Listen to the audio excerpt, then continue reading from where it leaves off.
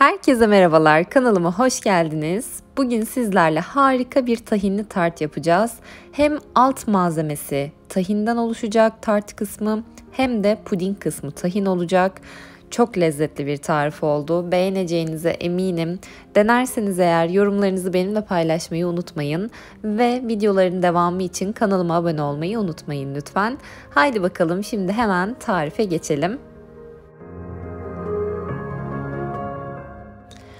Öncelikle bir tencereye sütümüzü alıyoruz. Ben inek sütü kullandım bu tarifte. Siz istediğiniz çeşit başka bir sütle de yapabilirsiniz.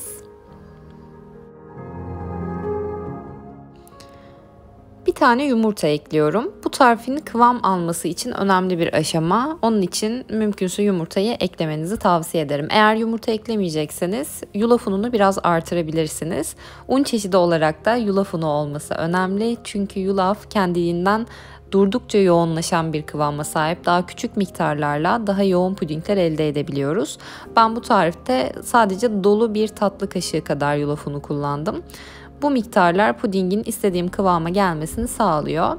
Yoğunlaşana kadar pişireceğiz artık.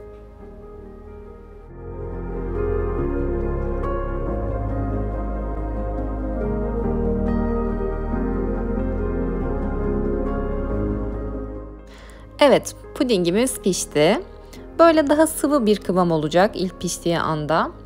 Daha sonra zaten yoğunlaşacak. Bir de bir kere daha pişirme işlemi gerçekleştireceğiz zaten. O noktada da yoğunlaşacaktır. Ve tahin çok lezzet katıyor gerçekten. Küçük bir miktar ekliyoruz, 10 gram kadar. Ama tadını çok değiştirdiğini söyleyebilirim size. Ben bu noktada Hindistan cevizi şekeri kullanmayı tercih ettim. Siz isterseniz normal şeker de ya da esmer şeker de kullanabilirsiniz bu noktada. Ya da dut şekeri olabilir. Artık elinizde nasıl bir tatlandırıcı varsa onlardan kullanabilirsiniz. Fark etmez. Sadece fırında pişebilecek tatlandırıcılardan kullanırsanız daha sağlıklı olacaktır. Güzelce tüm şeker eriyene kadar çırpıyoruz. Böyle akışkan bir kıvam elde ediyoruz ve kenara ayırıyoruz. Şimdi sıra artık alt tabanı yapmaya geldi. Ben alt tabanı yaparken de yulaf unu kullanıyorum. Ortalama 100 gram kadar yulaf ununu bir kaba alıyorum. Ve tahin ekliyorum. Şöyle 3 yemek kaşığı kadar yeterli olacaktır. Bu tatlının zaten hem tart hamurunda hem de kremasında en lezzet katan noktası tahin oluyor. Bir miktar tarçını da eklemek istedim. Eklemek zorunda değilsiniz. Tamamen tadını zenginleştirdiğini düşünüyorum. Tatlandırıcı olarak da ben 2 tane etli hurma kullandım. Ve şimdi bir parça da tuz ekliyorum. Hepsini yoğuracağım güzelce.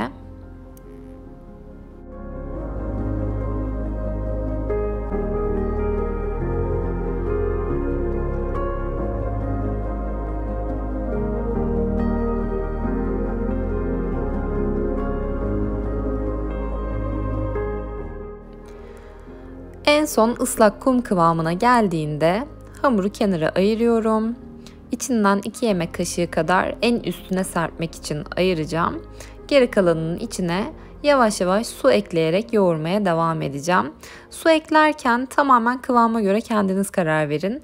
Ben ortalama yarım çay bardağı kadar su kullandım bu tarifin içinde.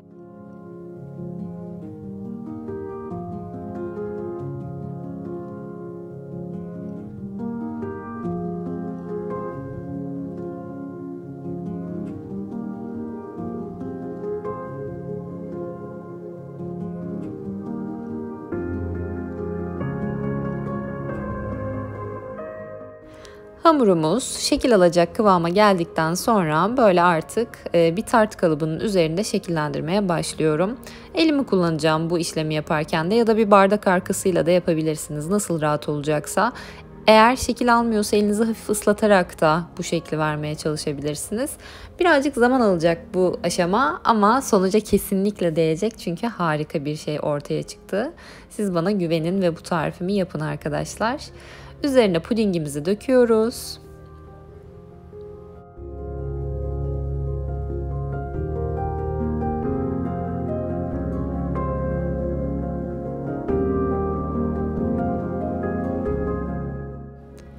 Alt kısımdan kalan malzemeyi muhallebinin her yerine yayıyoruz.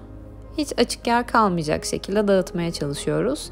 Daha sonra fırınlayacağız. Ortalama 180 derecelik bir fırında üzeri hafif pembeleşinceye kadar pişireceğiz. 10-15 dakika gibi bir süre düşünebilirsiniz bu noktada. Artık kendi fırın ayarınıza göre ayarlamanızı isteyeceğim. Daha sonra buzdolabına atıyoruz fırından çıkınca. Güzelce dinlenecek. En az bir 2-3 saat buzdolabında dinlendirmenizi tavsiye ederim. Dinlendikten sonraki hali zaten efsane. Videonun açıklamalar kısmında tarifin tüm besin değerleri yazıyor. Videoların devamı için kanalıma abone olmayı unutmayın lütfen. Fikir ve önerileriniz benim için her zaman olduğu gibi çok önemli. Kendinize çok iyi bakın. Bu tarifi de beğeneceğinize eminim. Umarım denersiniz ve benimle paylaşırsınız. Yorumlarınızı bekliyorum, düşüncelerinizi bekliyorum. Kendinize çok iyi bakın. Görüşmek üzere.